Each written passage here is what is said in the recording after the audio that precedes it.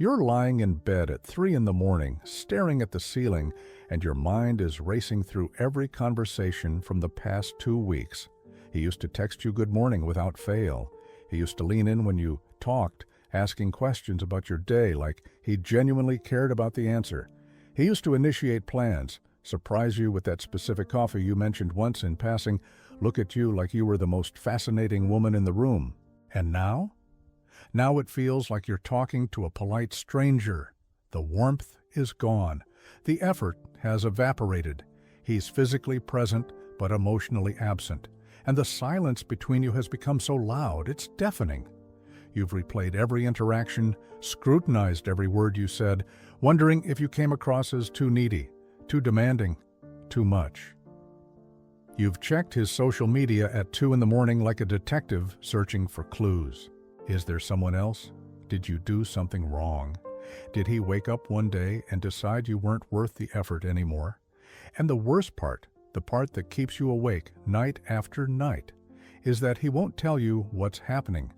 He just says he's fine, he's busy, he needs space, and you're left in this agonizing limbo where nothing makes sense, and you feel like you're slowly going insane. Here's what I need you to understand right now.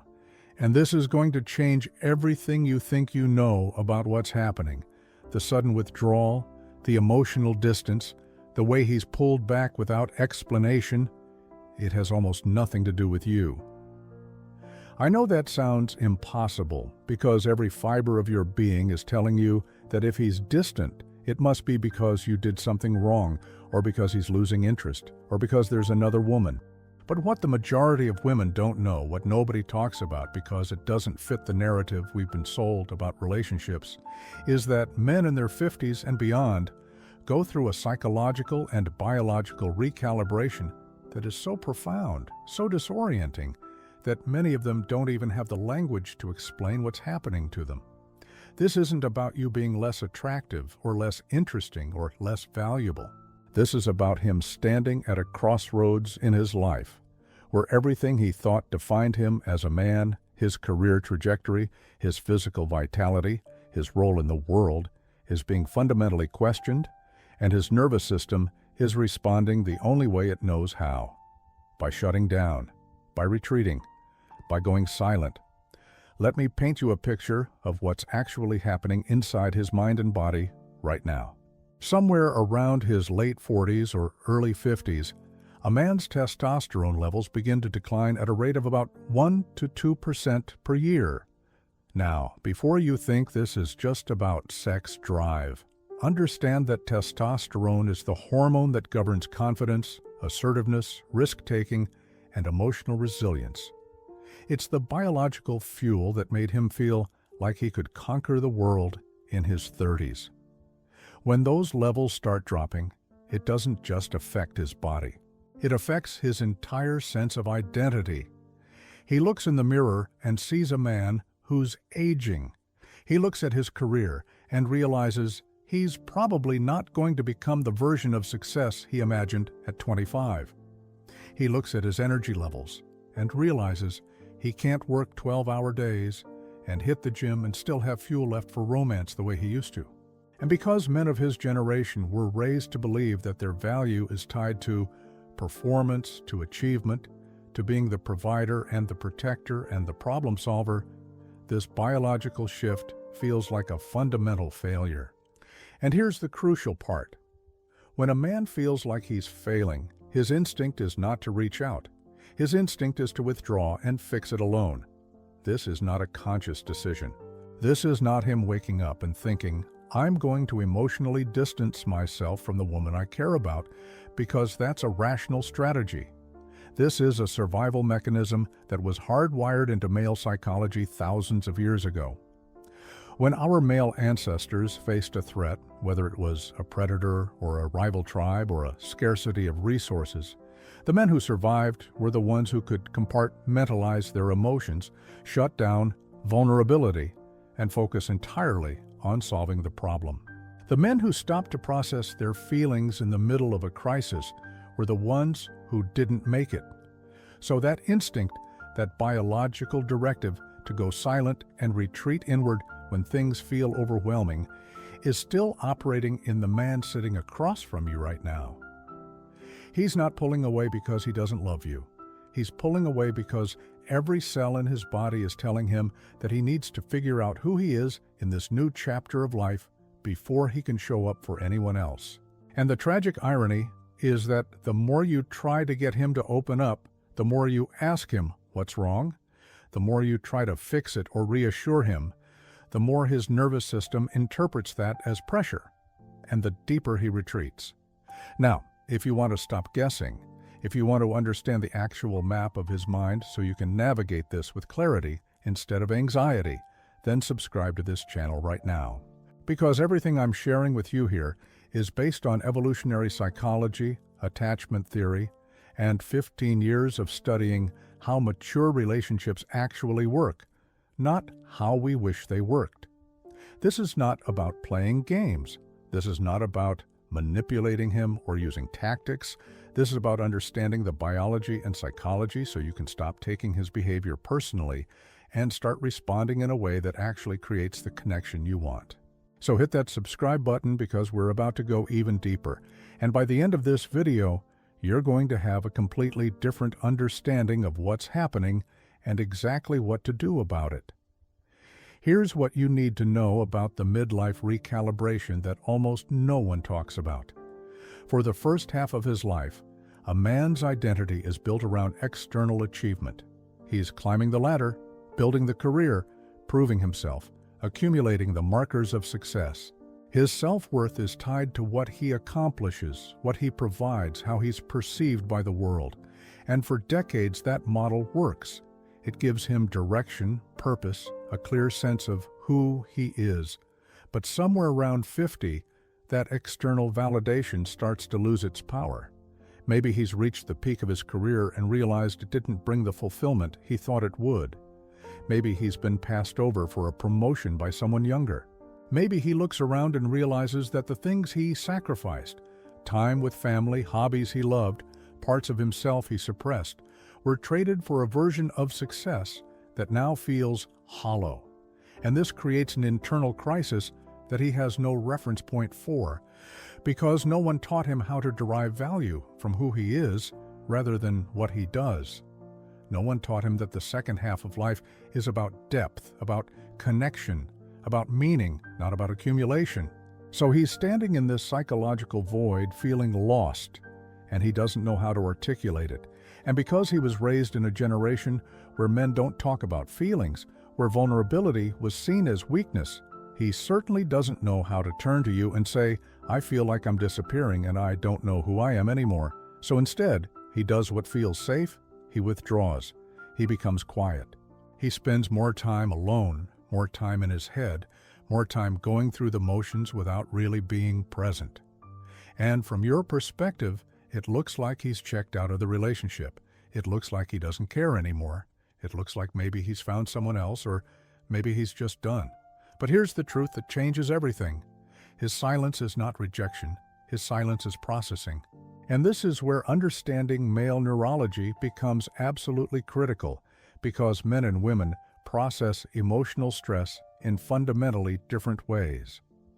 When a woman is going through something difficult, her brain is wired to seek connection, to talk it out, to find support in relationships. The act of verbalizing what she's feeling actually helps her nervous system regulate. It's why you call your best friend when something's wrong.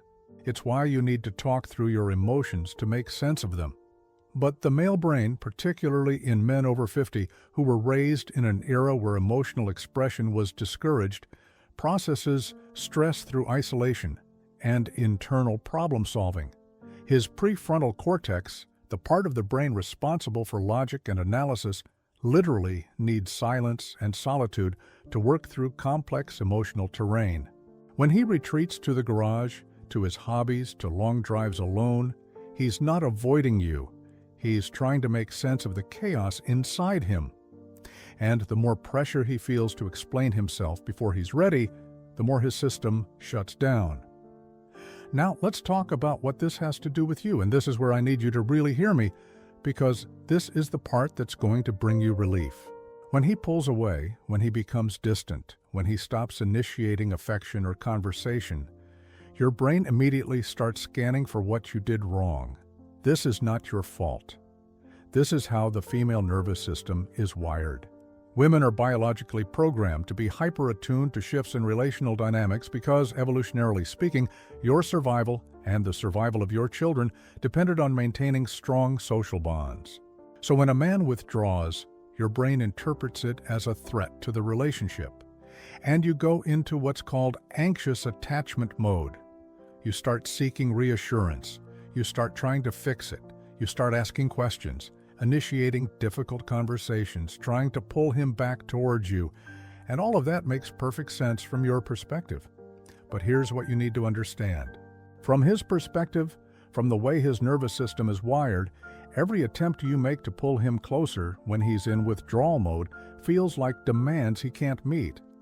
It feels like pressure to perform emotionally when he's already feeling like he's failing in every other area of his life.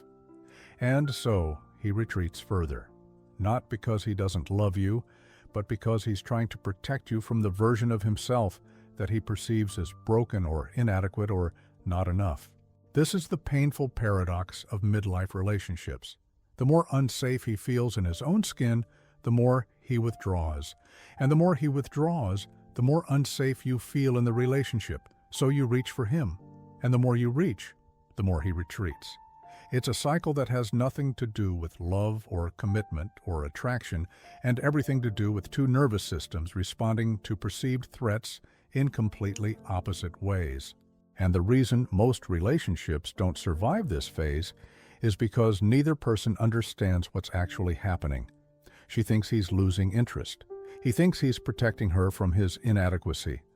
And both of them are operating from fear instead of understanding. But here's the truth that's going to set you free. His withdrawal is not a reflection of your worth. His silence is not a statement about your value. His distance is not evidence that he's found someone better. What's happening to him right now is an internal reckoning that has been building for decades, and you just happen to be in proximity to it.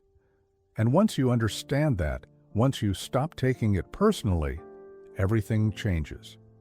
Because now you can respond from a place of power instead of panic. Let me tell you what's really happening when he says he needs space, or when he goes quiet for days, or when he seems emotionally unreachable. He's in what psychologists call a liminal space. Liminal means threshold. It's the space between who he used to be and who he's becoming. It's the space between the identity that no longer fits and the new identity he hasn't yet discovered.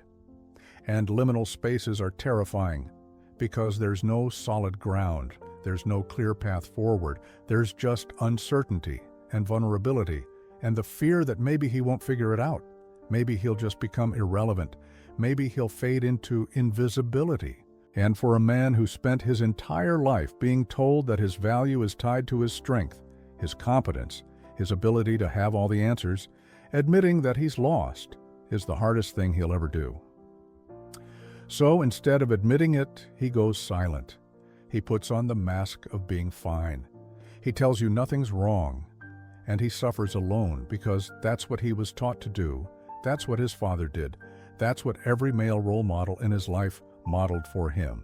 And breaking that pattern, learning to be vulnerable, learning to ask for support, requires a level of courage that most men don't even know they need until they're standing in the middle of this crisis. So here's what I need you to understand about the other woman fear, because I know that's been eating at you. Yes, some men do have affairs during midlife. But the men who do are not the men who go silent and withdraw.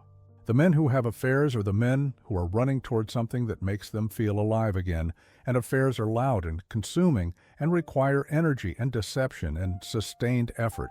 The man who's pulling away from you, the man who's going quiet, the man who seems like he's shutting down, that man is not running toward another woman. He's running away from his own sense of failure. He's retreating into himself because he doesn't know how to face the reality of aging, of limitation, of mortality. And if you've been scanning his phone, checking his social media, looking for evidence of betrayal, I need you to stop. Not because you're wrong to feel scared, but because you're looking for the wrong threat. The real threat to your relationship is not another woman. The real threat is that neither of you understands what's actually happening, and so you're both responding in ways that push you further apart. But that's about to change, because now you understand the biology, now you understand the psychology, and now we're going to talk about what you actually do with this information. Now that you understand what's really happening inside him, let's talk about how you respond in a way that completely shifts the dynamic. And I want to be very clear about something before we go any further. What I'm about to share with you is not about fixing him. It's not about managing his emotions or mothering him through his crisis or becoming his therapist. What I'm going to show you is how to hold your own center so powerfully that he has the space to figure himself out without you losing yourself in the process. Because here's what happens when you understand the biology and psychology we just talked about. You stop reacting from fear. You stop taking his silence personally. You stop trying to force connection when he's not capable of it. And when you stop doing those things, when you stop chasing and questioning and trying to pull him back, something remarkable happens.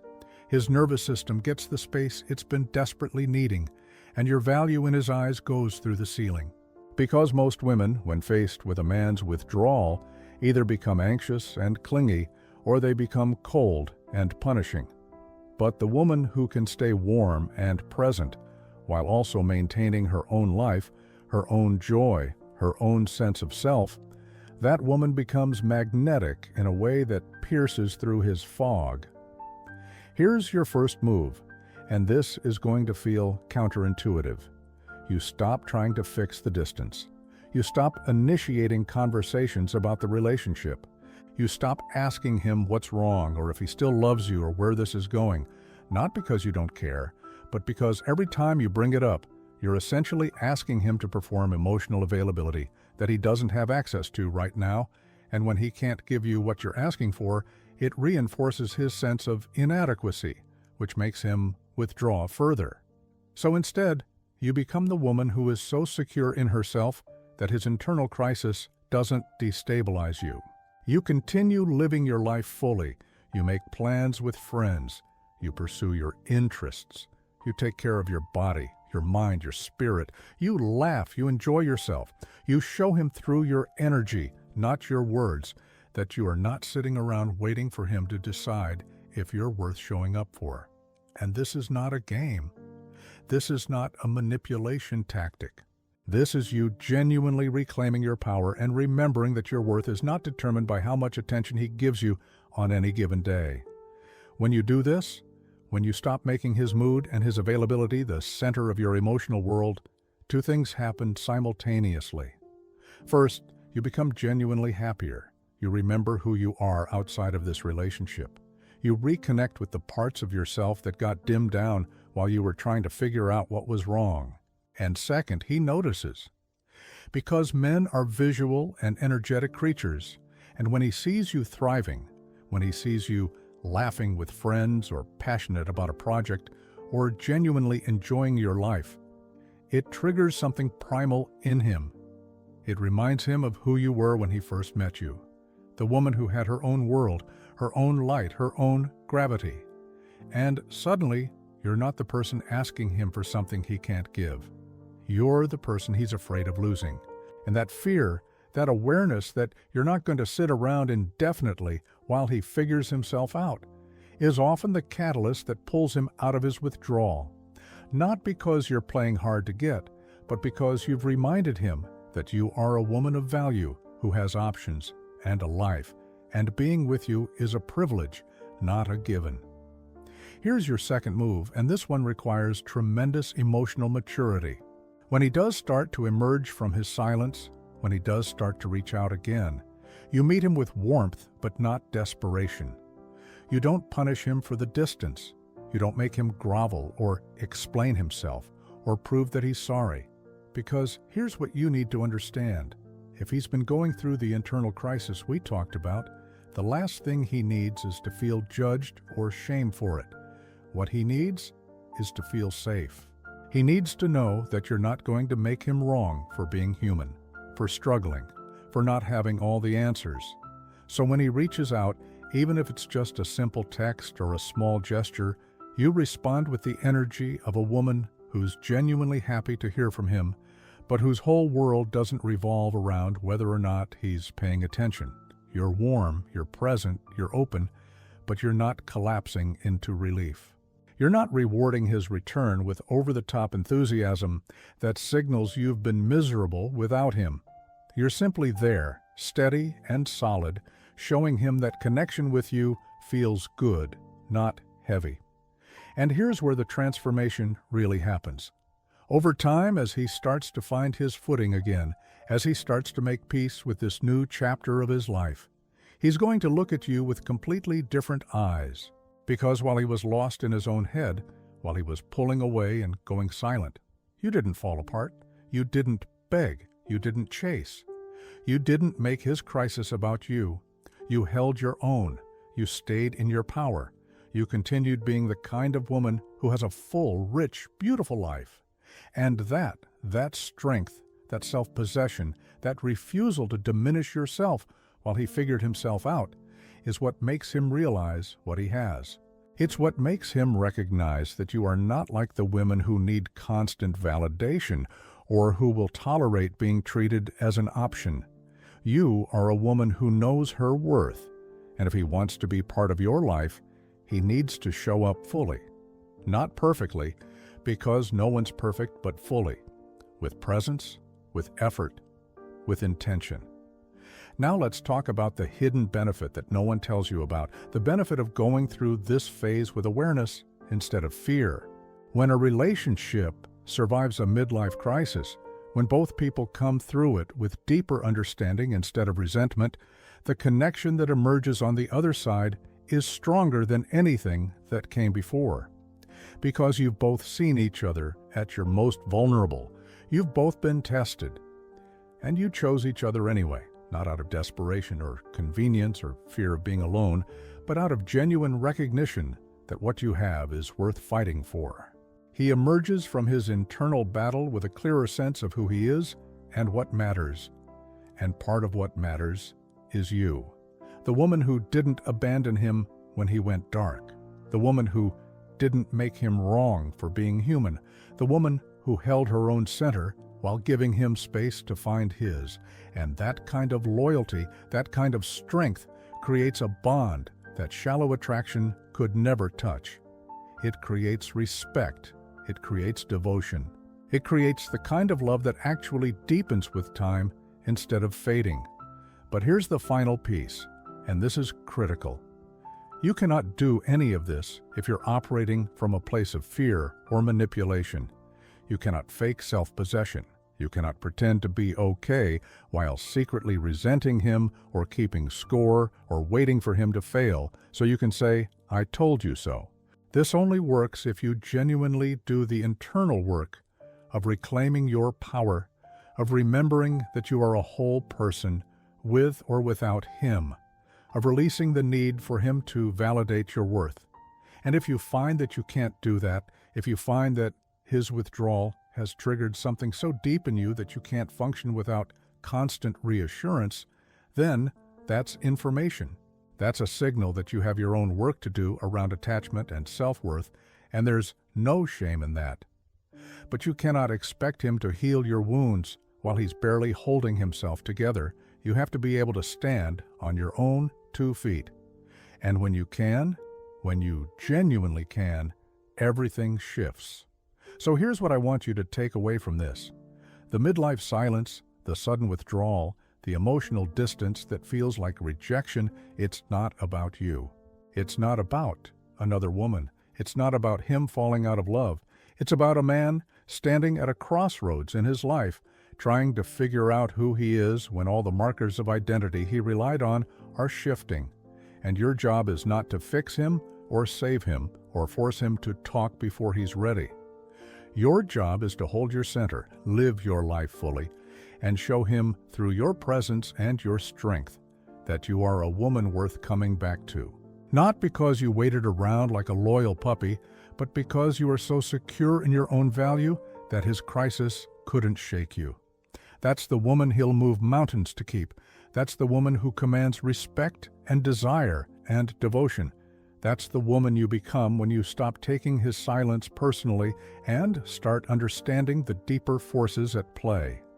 And that understanding, that shift in perspective, is what transforms confusion into clarity and anxiety into power.